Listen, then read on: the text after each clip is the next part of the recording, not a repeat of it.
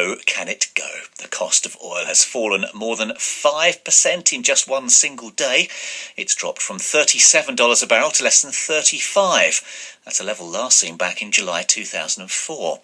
It's great for motorists, of course, less great for the governments of oil-producing countries which rely on crude to balance their books. Professor Tom James advises countries and companies on energy policy, and I asked him why oil is continuing its slide in 2016.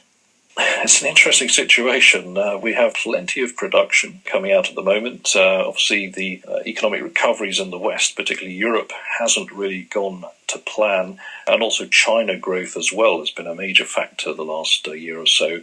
And also, I think the crux of the matter is Saudi and Iran. Iran embargoes lifting, production expected to come out, primarily also more investment going back into Iran to rebuild its oil industry, which has suffered through the embargoes.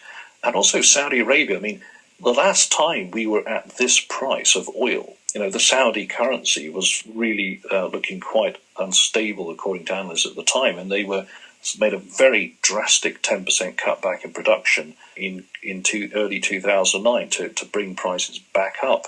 This time around, Saudi doesn't seem to be flinching at all, and are waiting to see if somebody else wants to cut back first. There is plenty of geopolitical tension around at the moment, the kind of tension that would normally send oil prices higher for fear of a lack of supply. 4 big petroleum storage tanks today, for example, set ablaze in Libya as the so-called Islamic State tries to seize these coastal export terminals. As I say, normally that kind of incident would see oil prices going higher, but it isn't. Why not? The last time we saw problems with oil in Libya, back in 2011, prices pushed up to almost $120 per barrel for the Brent crude oil market, which trades in the North Sea.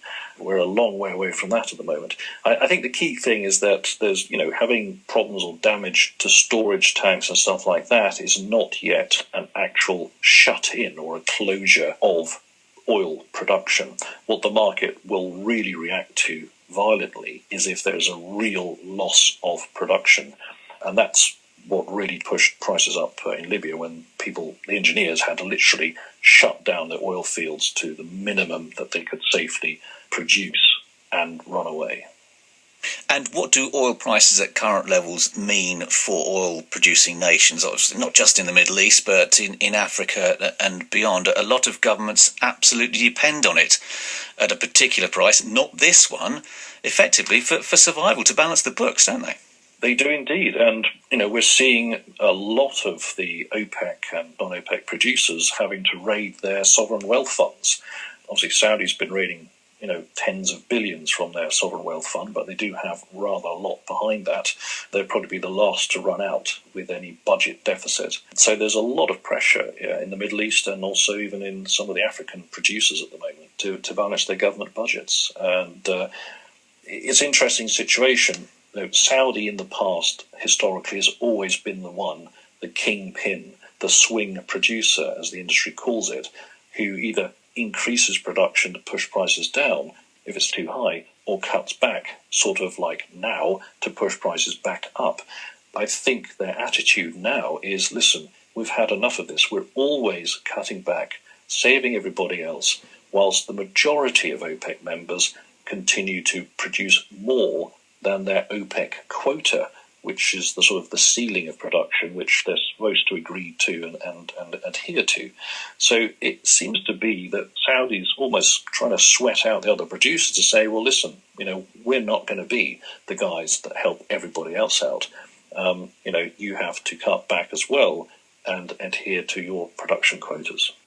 That was Professor Tom James, Chief Executive of the energy consultancy Navitas. Well, for